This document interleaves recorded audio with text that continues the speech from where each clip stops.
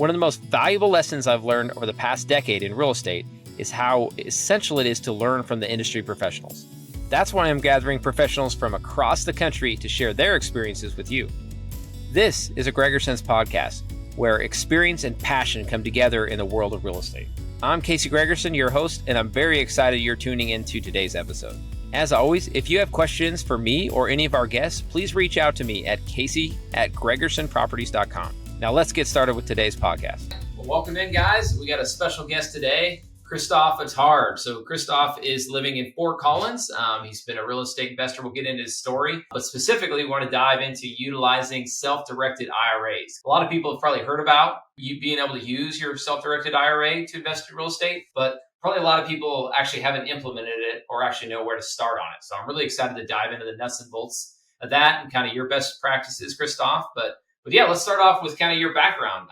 You can start off kind of with did you work in corporate America? What did life look like when you first came out of college? Yeah, so I graduated as an engineer in a French university. I'm French, and came to the United States in 2002. Started to work as a consultant for Hewlett Packard for a number of years. And as I was doing that job, I had a hobby to invest in real estate. So we've done a few deals along the way. And about 6-7 years ago, I decided to go full time. Since then, we bought a lot of properties, about 35 to 45 every year, all in Colorado. This is my background in physics, in engineering, and branching out to real estate investing. It's more fun, actually. Awesome. So when did you kind of make that jump? So you work in W-2, which I could totally relate to. I'm an engineer as well. Worked a W-2 job for 10 years and then was doing real estate on the side. But I'm curious, what did it look like for you? At what point did you start doing some real estate investing? I assume it was while you're still in your W-2 job. Yes, exactly. So you start slowly, like we used to do 2 or 3 deals a year, kind of get a hang of it. And then we decided to go into rental properties. Initially, we did flips a lot.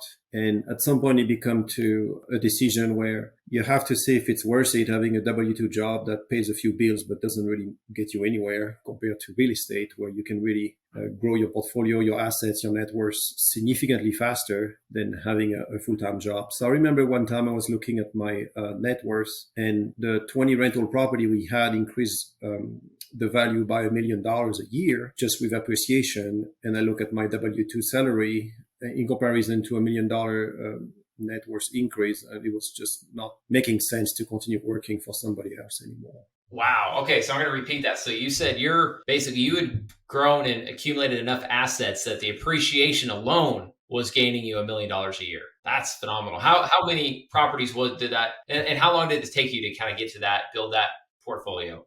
It took a while. At least 12 years. So, initially, like I said, we are flipping properties. So it's a good replacement of your current job. It makes good big checks, but it's a job compared to rental properties. So yeah, it took us about 10-12 years to accumulate about 20 rental property. And then we continue doing that now. So it's a process. It doesn't come overnight. And we did a majority of our investing in self-directed Roth IRA, where we have the checkbook LLC, and now we use 401ks. So we don't pay taxes on those profits. They got reinvested into the retirement accounts without taking any distribution. Therefore, we can make it grow a lot faster than when we have to pay Uncle Sam, 20-30% taxes on our profit. So that's another reason that it grows faster. Yeah, I'm excited to dive into that. Before we quite go there, were you, and to frame this up better, so we can definitely talk about, sounds like you've been using your 401k to help grow your portfolio, your self-directed, both self-directed IRAs to grow your portfolio. Have you also used leveraged other people's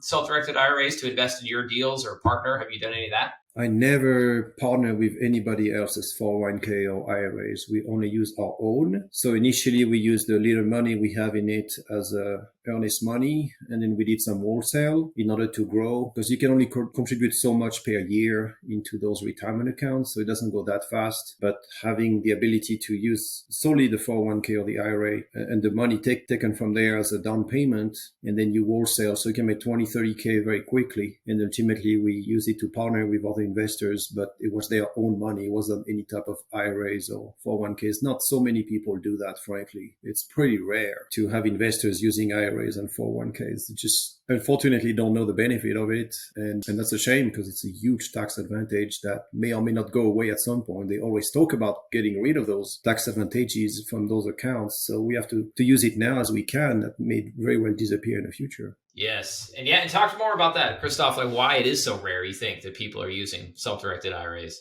Well, everybody I talk to, I tell them about what I do and how I do it, and they are excited. And like anything, you would tell 100 people about it, and maybe 2 or 3 are really going to do it at the end. I mean, maybe it's complex. You have to learn how to do it the right way because it's dangerous. If you do it wrong, you can lose it. So, and you have to get started slowly. Like I said, it's $6,000-7,000 a year. You can contribute to an IRA. It's not that much to get you a deal these days, but you can partner with somebody else. You can borrow money eventually. You can use it as a way to secure the deal and wholesale. So you make it grow somewhat fast. You just have to get started on the first one and learn how to do it and document and train and go to presentations and seminars on how to do it the right way. So there's some time investment needed to do it. But about 75% of all assets are owned by those retirement accounts. We've done 300 deals. And I would say about 75% of those deals were done this way. Wow. Okay. So let's jump in from like the basics. So the first one, how did you first open the account? If you don't mind, walk us through the very beginning of the first deal you did in your self-directed IRA. Yeah, so I started with a self-directed Roth IRA. You have a choice between Roth and traditional. I did a Roth because it's tax-free versus tax-deferred for the traditional. Very first deal, like I said, we funded it with a few $1,000s, and we used that money as earnest money on a deal that we bought in Greeley. That was a $20,000 deal at the time. It was bank-owned. It was already gutted, so the investor before didn't do much. So the bank took over, and so we put a $2,000 down payment or so, and then we wholesale it for about double than what we pay. So we made about $15,000 profit on this bank-owned property. And the funny thing is, all the paperwork was done as I was on vacation overseas. So, it was pretty easy to just sign a few paperwork and send it to the custodian at the time. We used several different custodians. One was called Equity Trust. That's the first one. I think it's probably the biggest one in the US, based in Ohio. And it's such a big firm and big team that you never really deal with the same person twice in a row. So it was kind of a little bit annoying. And then we switched to a company in California, which was cheaper on the fees. So you certainly have some fees to pay on transactions to use a custodian, but it's in comparison to paying taxes, it's a lot lower. So that's how we did our very first couple of deals. And then we partner with somebody else where the investor will put all the money up front because we bought properties a lot at those auctions and the money is due immediately. And then we were reimbursing them a week or two later when we had access to the money and be able to process the paperwork. So partnering and wholesaling is the way I started to use those tools and make them grow at the point where we didn't need to partner with anybody or didn't need to wholesale. We could keep those properties for ourselves or just do it on our own. So it took a little while to build it up to a certain level, about $75,000, where we could go to the full route of being self-directed with a checkbook LLC. So when you want to go to that route, you need to have enough money because you can fund this LLC once. So you don't want to start with a significant amount of money, not like $5,000, because that's not going to be enough at the end. But so it was a transition slowly to go from wholesaling to partnering to being self-funded and having the money we needed to do the deals ourselves. Okay. So to break that first one down, you had $2,000 of earnest money, which was already in a self-directed IRA account. And what you did is you put that as earnest money on your wholesale deal. And then you made $20,000 from the wholesale deal. You're saying roughly profit. So then back into your account comes, I guess, $22,000 is now in your self-directed IRA account. After that deal, essentially. Okay. And then all that is tax free, right? Because you already paid $2,000. You were taxed on your initial $2,000 from the Roth IRA, correct? Yeah, because you invest the money, from a salary or whatever money you get.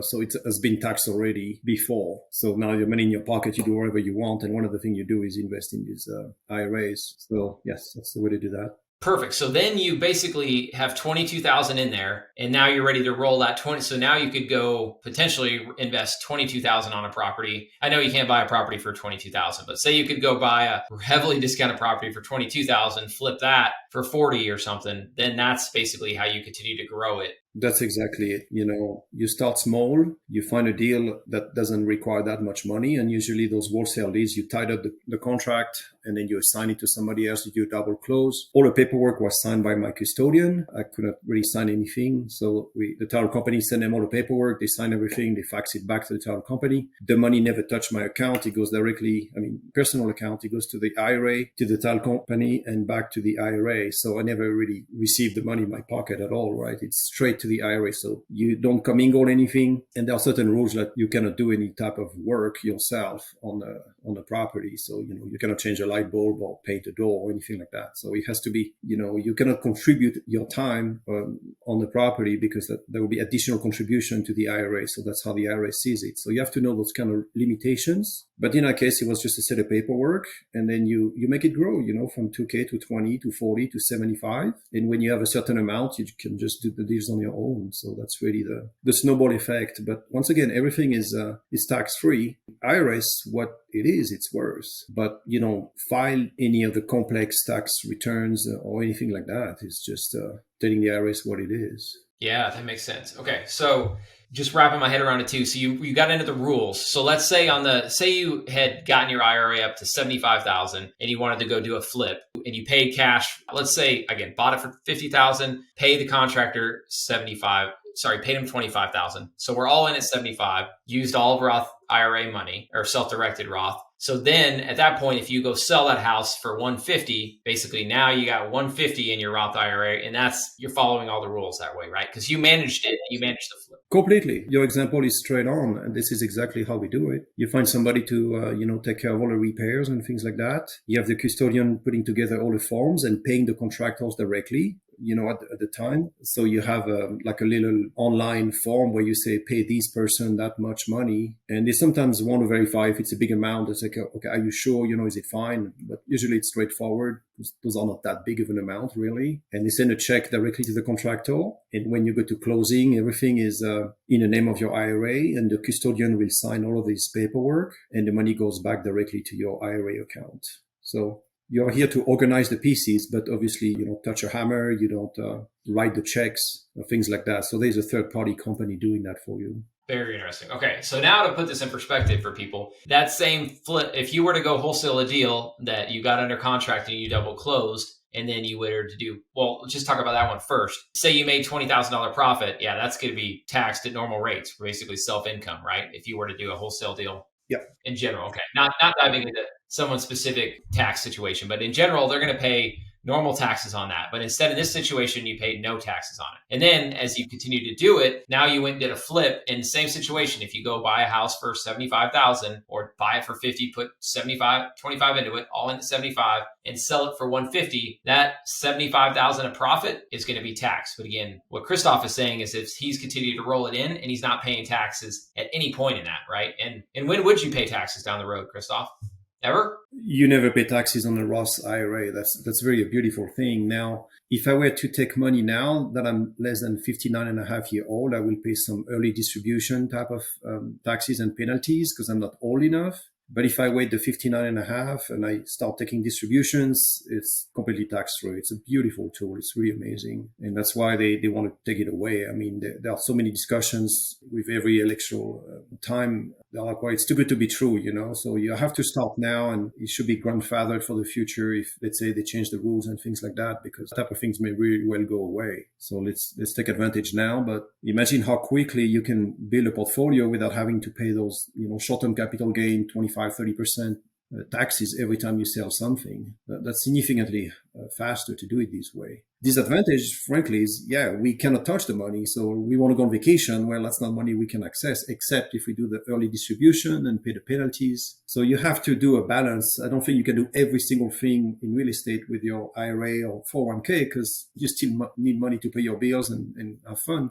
But dedicating maybe 50% of it makes complete sense to me. So I wish more people will do it. It's a beautiful tool. Yeah. So it sounds like two paths. You could do it like you did it, where you just start it with, you said the minimum contribution or the max per year is what, 6,000? Is that roughly? It changes every year. It's right about 7,000 this year, I think. So yeah, you could max out 1 year, have $7,000 and basically just basically parlay it, put it in one deal and keep parlaying it and growing it and growing it. The other route is you have been contributing this for years, or I suppose you could also use a 401k, right? That you've been using with your company that you've had through your employer, right? Is the rules that you have to change jobs to be able to now self-direct that and start? Because say I've got a $100,000 401k with my W-2 company. Can I start to use that? I don't think so. I don't think your employer will allow you to self-direct. They usually want some mutual, like bonds and stocks and things like that. In order to roll over your 401k into a self-directed option, you cannot be at that job anymore. So you can quit for a week eventually if your employer allows you to do that. That could be a trick. Or you have to change jobs and then roll it over to a custodian that allows these type of things. So that's what we did after 15 years of W-2 employees. We had some money into a 401k that we roll over into a self-directed one. And we are completely, we are the trustee, the administrator of the plan. We do everything ourselves. And we also have a checkbook LLC on that 401k with a local bank. Here in Colorado, First Bank allows these type of things. Not every bank's do it really. So you have to know which one to go. And we continue the process with the 401k the same way we did with the IRA. So I will caution people not to use it as a vehicle to flip too much, right? So the purpose of this retirement account is long-term wealth and building some assets for the future. And using this vehicle to do flip and flip and flip too many times may be seen as you using that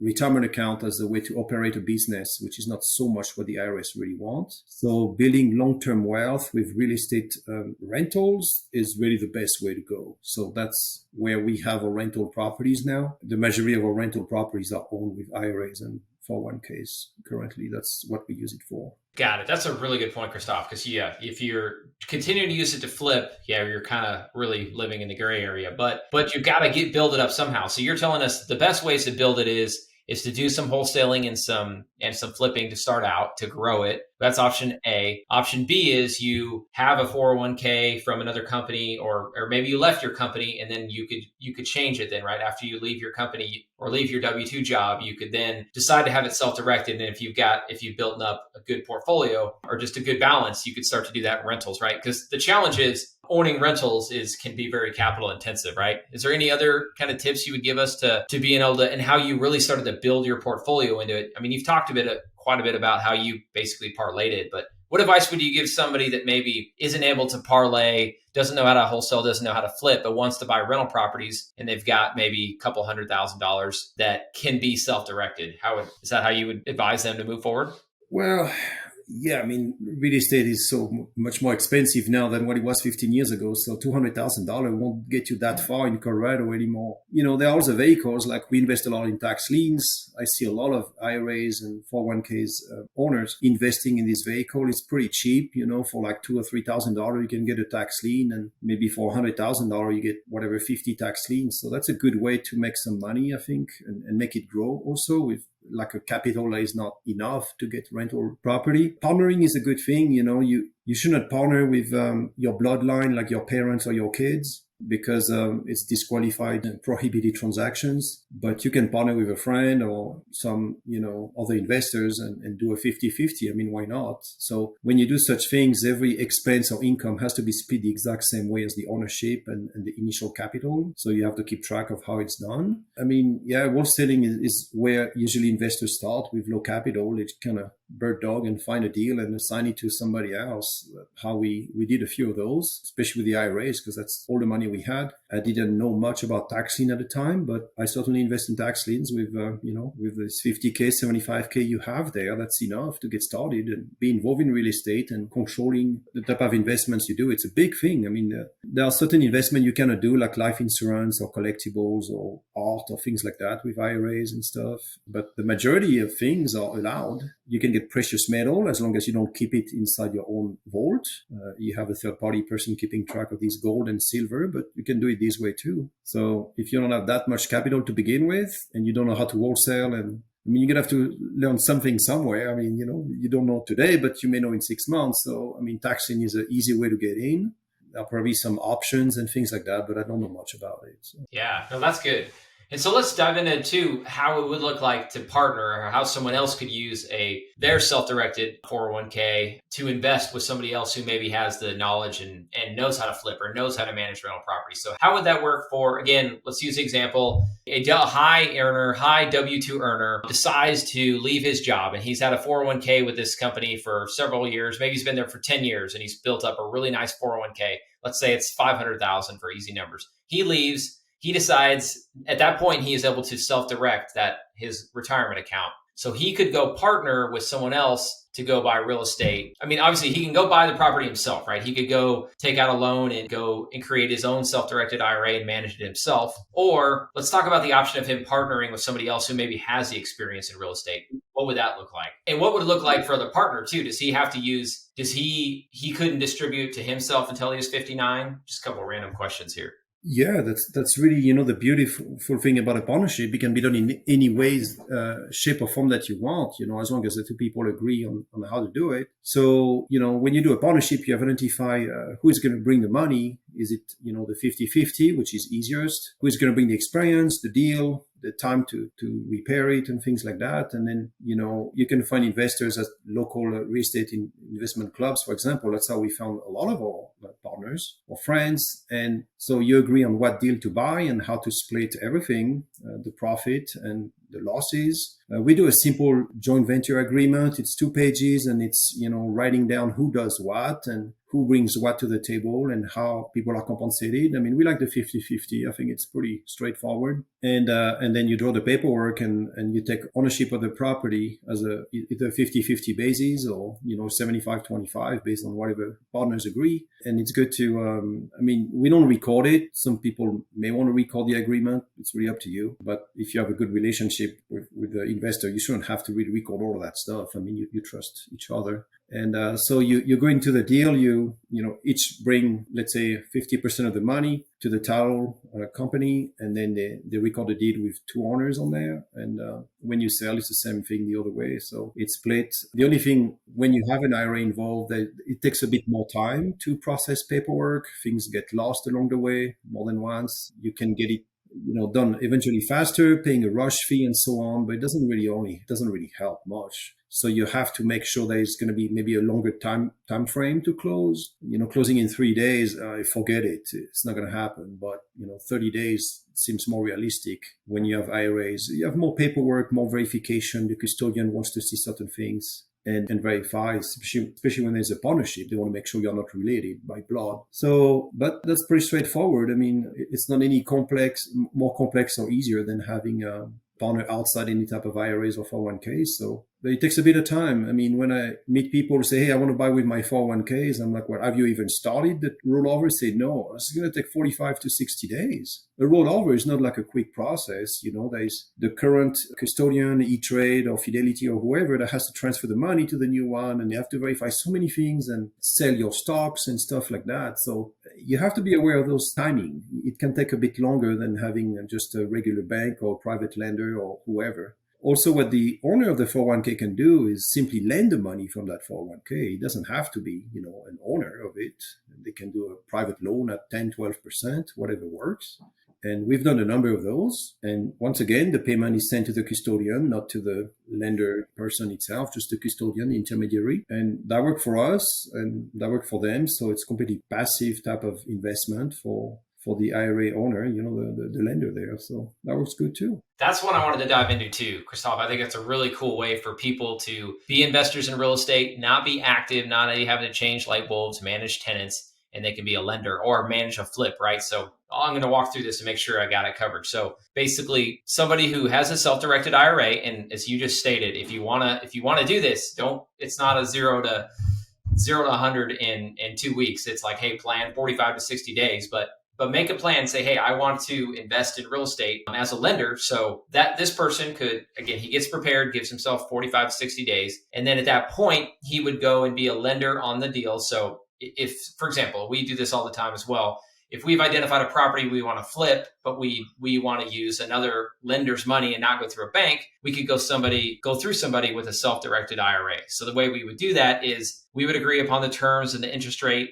They obviously have to have their 401, their self-directed everything ready to go. And when, as far as the title and the closing looks like, sounds like we just go to the title company, just like we would on any other transaction, except for working with a bank. We work with this person, their self-directed IRA, and sounds like their custodian. Their custodian would have to sign off on, it sounds like on a mortgage and all in a promissory note. Is that generally the flow of it? Pretty much. So, in Colorado, we have a promissory note and a deed of trust. The one big difference doing it this way is the borrower cannot be personally guaranteeing the loan. So it has to be a non-recourse loan. So the majority of the type of loans you're getting from the banks are recourse. You personally guarantee the payment of the loan, but when you borrow for your IRA as a borrower, you cannot guarantee the payment personally. So it has to be a non-recourse loan. And how it's done is just a couple of lines to add to a deed of trust or promissory note, or even the title of the deed of trust is non-recourse deed of trust, and contributing extra to the IRA by using your own your own personal finances to guarantee the payment on a loan made to the IRA. So that's a big one to be aware. And that's why most of the banks will not lend to IRA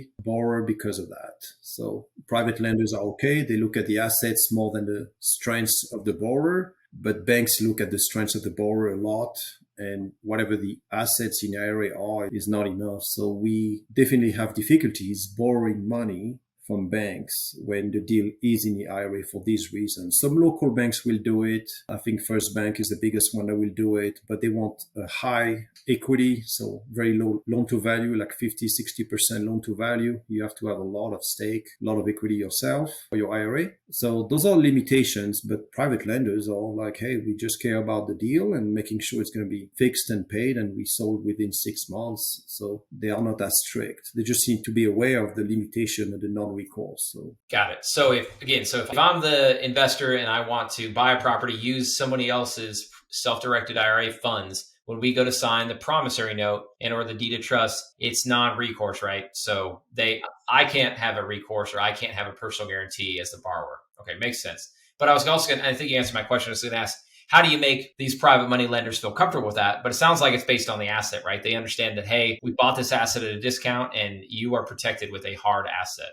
Pretty much. And they look at it on a case-by-case basis. I mean, they're not going to go after every single one of your assets and just this one in particular, and they make sure that they underwrite with the criteria they have. It's just harder to get big banks to finance those. So when the asset is owned by the IRA, they are getting nervous because of the non-recourse. And because they don't do so many of these type of loans, they don't want to create a product just for your needs. You as a one-time borrower, borrowing maybe for 1 or 2 flips here and there, they're not going to create the product just to be the non-recourse and all of that. So it's a little bit tricky. But private lenders, are more open to that, and they look at the assets, usually do it in their own state, and they can visit it and see the progress and whatever they need to do. So they're comfortable doing it this way. So it's a beautiful thing. So the money comes from, a local lender, and the asset is local. And so that makes it a lot easier to do using an IRA. So the IRA is the owner and the borrower in that case. How about if a self-directed IRA owner wants to invest their funds into a fund or a syndication? Is it work the same way as it would, as we talked about, as being a lender or partnering on a deal? Really, essentially, they are a partner if they're a limited partner. Yeah, I assume it works the same.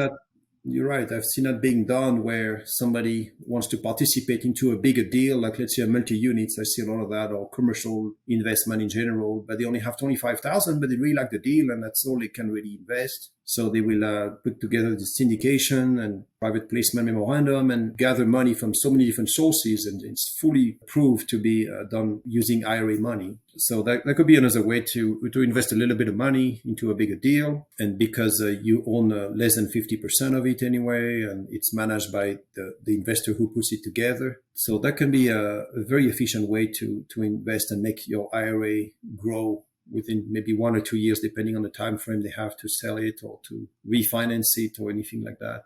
But I've seen it. I've never done it, but I've seen it quite a bit. Yeah, and it sounds like a great way based on, like you said, you can parlay it yourself from wholesaling, just kind of snowballing it, as you said, or you can easily, if you don't have the time to do it, but also want it to grow and want to start small. Yeah, you could take that $5,000 or $7,000 from a year, or maybe you've been contributing for the last 5 years and you're up to, let's say, 35,000 into a Roth IRA, you could roll that into a fund, right? So you put it in the fund, completely passive. You don't have to worry about it. And then a lot of funds might double your money in 5 years. So now, and it was completely passive and backed by a hard asset. So in that scenario where it was 35,000 in 5 years, you got 70,000 tax free, right? And then you could go put it in another fund or do whatever you want. Am I tracking? Absolutely. Yes. I've seen many times in those private placement memorandum, they disclose the list of current investors, and I see a good 50% of them being IRAs and 401ks. So syndication is a way to get started with that too. Got it. So what advice would you give, Christophe, to people who have not contributed to a self-directed IRA at this point? You mentioned it's about a 45 to 60 day process, but what would you mention to people to get started?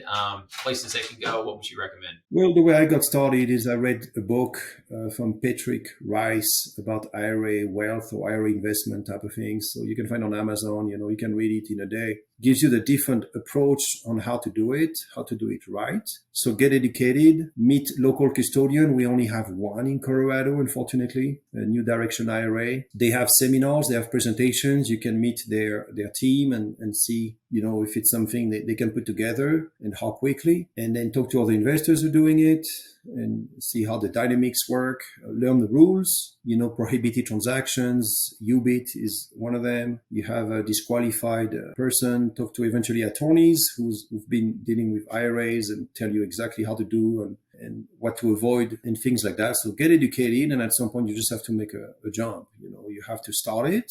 And initially, with 7,000, you're not going to do that much with it. But the second year you have another 7,000, and then the third year you have another 7,000. And now with 20,000, you can do a few things. So it takes a bit of time initially for the IRA route. Now, I think you can only contribute to an IRA when your income is up to a certain level. I think it's maybe 200,000 or so dollar income. If you make more than that, you cannot contribute to an IRA anymore. So maybe it's good to do it when you can. Whereas a 401k, if you work in a job for 10, 15 years, you have a decent size 401ks, you can roll over into those self-directed custodian and have, money to start much quicker. So, it's always one piece at a time. I mean, you get educated, you see what you can do with it, whether you like it or you don't. If you need income, you can potentially take it from the account, paying some fees and early distribution and penalties. That's what it is. But it's not impossible. So, and, get your first deal. I mean, it's the scariest, and it's going to be a bunch of paperwork to review and become familiar with. I mean, a lot of forms are different. But ultimately, it's like any other transaction. You're going to have the title company involved, and they will process all these things, and you're going to have a third-party person signing it eventually, like a power of attorney could. So, and they're going to verify everything on your behalf. So it's less scary because you have a third-party person making sure it's done the right way. And then you move on from there. I mean, it's the first one is the scariest. It's a bunch of paperwork and rules to follow and things like that. But that's what it is. Like, you have to learn how to play the game, and then you improve on the second one and the third one, and you make it go like that. It's just one by one. Yeah, that's a great point. So if you're worried about it, really, you're going to go through a title company. They're going to be familiar with it. So that should put a lot of people in mind, right? You're going to go through a title company anyway. They're going to make sure you've taken care of the different paperwork and walk you through it. So that's a really good. One thing else I was going to ask Christophe is, and I'm assuming you guys have done this too, is, okay, let's say I've got 7,000 in my Roth IRA. I want to get started, but the deal that I want to put together requires 30,000. So I want to use a little bit of self-directed IRA money and other funds, wherever it might come from. How do you appropriate that and not mix it all up? I got mixed opinions on that. I will personally never commingle my personal funds with my IRA funds. Some experts tell you it's okay as long as you keep the same percentage of what you bring as an individual and what your IRA brings, and you keep good books, and then every type of either the IRA or you split up, the expenses the exact same way, same percent, and so on. I just don't feel comfortable with it. I've never done it. I am not sure I know anybody who's done it, but you could in theory do it. It's possible to partner, like your IRA partners with yourself, and you do a deal like that where, you split the percentage on the entire thing, like profit and expenses and cost and whatever. So somebody will have to do some research on exactly how to do it the right way. I've not done it, and I will personally shy away from it. So yeah, so definitely takeaway is it's got to be separate. And yeah, maybe if you're looking at getting into a fund or being a lender, yeah, you're just creating separate paperwork for the money that's coming from the self-directed and then the money that's coming from whatever other source. But sounds like it's got to be clearly separated. yeah, I was meaning other source like your personal account. If you partner with a friend, that's completely fine. That's much easier to, split everything the right way. So the way we did it, we keep in a spreadsheet and then we make sure the 50-50 rule was followed. Sometimes they pay that bill, I pay that bill. So I'm a little bit more or less on the 50-50. And then at the end, at closing, we reconcile everything and make sure the percentage is followed and move to the next deal. So that was pretty easy like that. I prefer it this way versus my other business and my IRA partnering. I just would want to avoid that myself. And talk to me a little bit more about, you mentioned the checks. Eventually, if you've got a big enough account, let's say you've now got $100,000 Roth or self-directed IRA, you can write checks on different, is that only just for like, say you're working on a project and you're writing checks for expenses, or could you literally write checks for different deals? Like, hey, my self-directed IRA is going to invest 50,000 with this fund and it's going to be a lender with this person. And I'm just writing checks once you've set it up, or is that still all going through the custodian? Or is it like a one-time setup with the custodian and then you write the checks? So effectively, when you have enough knowledge, experience with all of these rules, the next step is to have a checkbook LLC. So what happened is our LLC is fully owned by the IRA. And the LLC has its own bank account like any other LLC. So we have the checkbook on the LLC, and that LLC is owned by the IRA. So when we go and buy property at auction, let's say the money is due in 2 hours, we don't need a custodian anymore to approve it, review it.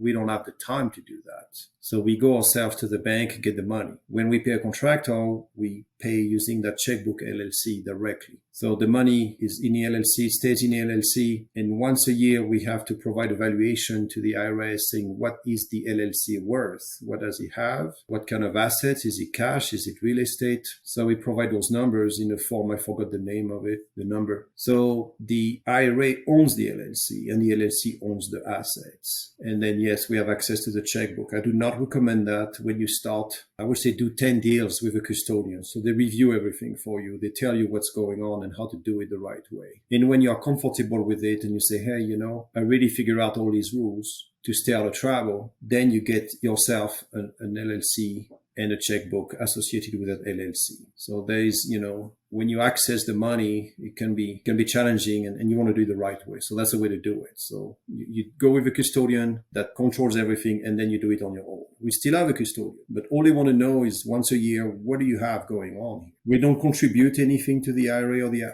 401ks anymore. We don't have to add another $7,000. And if we were to do that, the $7,000 will go directly to the custodian, not the LLC. So there will be another process to make it grow enough to create another LLC. Remember, the LLC can be funded once using the IRA money. Therefore, if we had to start from scratch and fund the IRA again, it will take another, 1, 2, 3 years to be worth something and then eventually create another LLC. And we just don't have the time to do it. And we don't have any advantage doing it anymore. So we don't contribute anything to an IRA for quite some time. It has what it needs at this point. So, ever any concerns on the liability on that point? So you've got it in an LLC, but just knowing that once you've built it up and say it's several $100,000, maybe several $1 million of assets held in one LLC, do you worry? So they're not going to have, so if something happens to one of those properties, they're not coming after you personally, which is good. But say you've got a bunch of assets now grouped into that LLC. Do you guys, or has your attorney feedback ever been any concern of them being able to go after all those assets? Or is there an extra protection because it's in a Roth or in the self-directed IRA? There's extra protection, yes, because of the retirement account plan, or I don't remember the code. But not only there is a protection of the LLC, but on top of that, if whoever has a judgment against that LLC, will be even harder to collect because of the extra protection of a retirement account. So you add one on top of the other, which is beneficial. Obviously, all of your rentals have some type of insurance, and we have an umbrella policy on top of it. We've never been sued by any disgruntled tenant or contractor or anything like that. Not saying it won't happen. That's part of life. But it makes it a lot harder for somebody to collect assets owned by an IRA or 401k. That's a really good point because yeah, it's like how far are they going to take it, knowing they could get a judgment, but it's hard to collect on a self-directed retirement account. How about the fees too? Other people, I'm sure that's a lot. My question, a lot of people's question is for the intermediary or sorry, the custodian. What do they typically charge? Is it per deal, per year? Both. So the first one we started with equity trust charge per transaction, give or take maybe about $300 per transaction to sign paperwork, to FedEx, to do the wire and, review things. And sometimes there's a rush fee we had to pay to get it done faster. So about $300 give or take per transaction. And then on top of that, there's a maintenance fee per quarter. Currently, we pay about $200 per quarter. And they look at also how many assets you have. So we have one LLC really and a little bit of cash there. So, depending how many your volume of deals, but let's say you make 3 deals, 4 deals a year initially to get started, plus the maintenance fee, you may pay a couple of $1,000s a year to have these type of assets. So yeah, there is a fee. It's still, when you look at the tax advantage and the benefits and the savings, I mean, there's no comparison here. They also, the custodian process, the reporting to the IRS on a yearly basis on what really is going on. So it can be a bit costly. I mean, it depends. It's making sense if you use it. If you put money there for 5 years, do nothing, you say, oh, my assets are going down because of all these fees. Yes, it is. But, inflation is going to eat some of it anyway from your bank account, your regular one. So it's working if you use it. So the idea is, contribute a few years, get enough money, do wholesale or tax lien or syndication. So it's actually, you see the benefit of it. But there's a ton of money just sitting there that people don't use in those IRAs and 401ks. It's the untapped source of money. That's why private lending can be a good one to go after because the money is there and people don't invest it. They are afraid from stocks. They don't like it and they don't know how to do it with real estate. So by getting the knowledge and convincing lenders or people who have these 401ks sitting there doing nothing from a previous job, can be very beneficial, but there's a little bit of fees, absolutely. Yeah. What advice, that's a personal one question. What advice would you have to identify those people that do have money just sitting in a self-directed IRA making nothing for them, but they could be investing in real estate when people like myself and like you are looking for,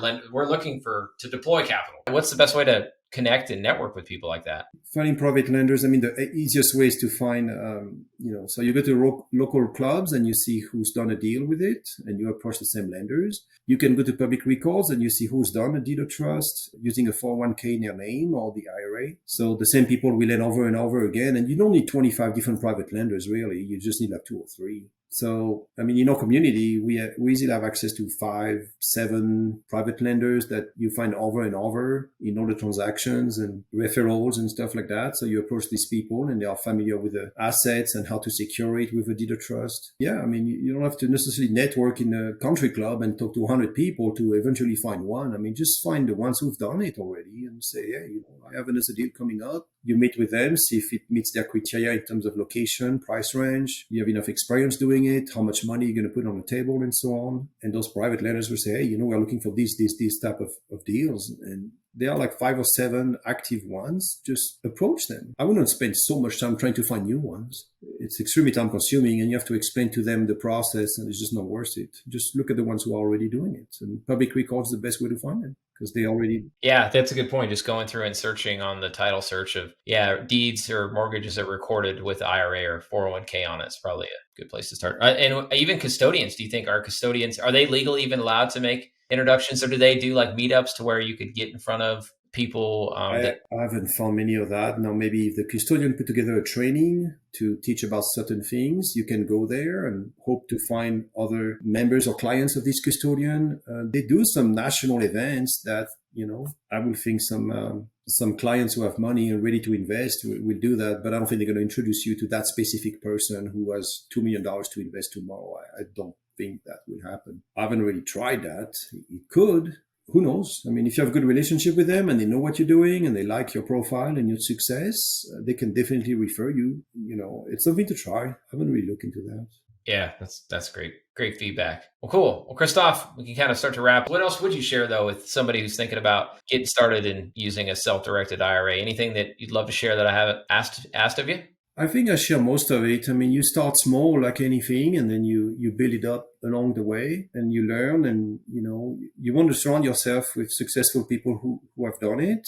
and kind of really make sure you do it the right way. And I will start with a local custodian once again who provides the training, the support, somebody you can meet, have the same person in the office you can talk to, and run some deals and scenarios and see if you can or cannot do it. And there's a ton of resource online. There's some good books written about it. And, start with the first one. I mean, it's going to be the hardest. You're going to learn a lot more than what you want, maybe, but that's how we all start, just one piece at a time. Yeah, there's tons of content out there, books, as you said, ways to learn about it. And then it's just starting small.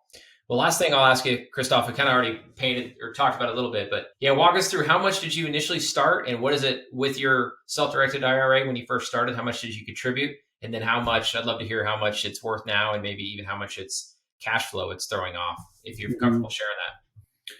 So the 401k, we start with the IRA.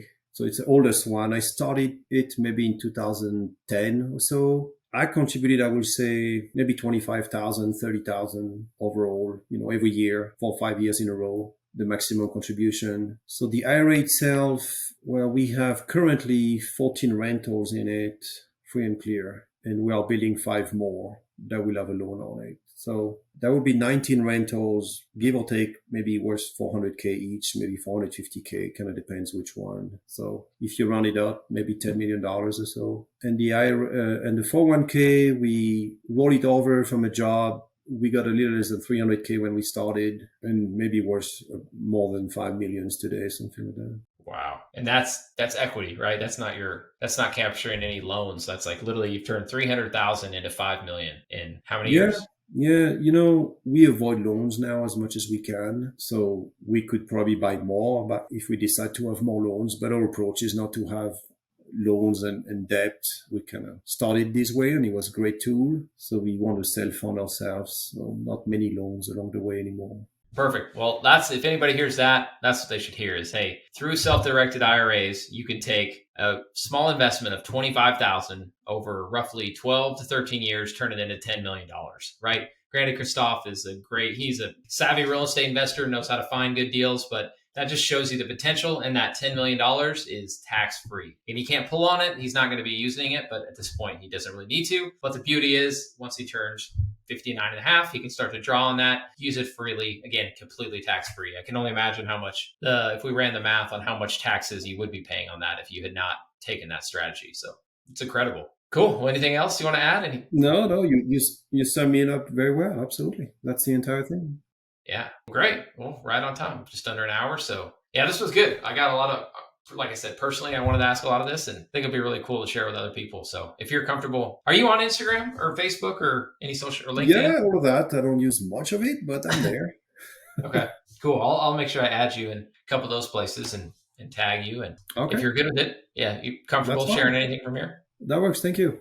Awesome. Well, thanks, Christophe, man. We'll be in touch.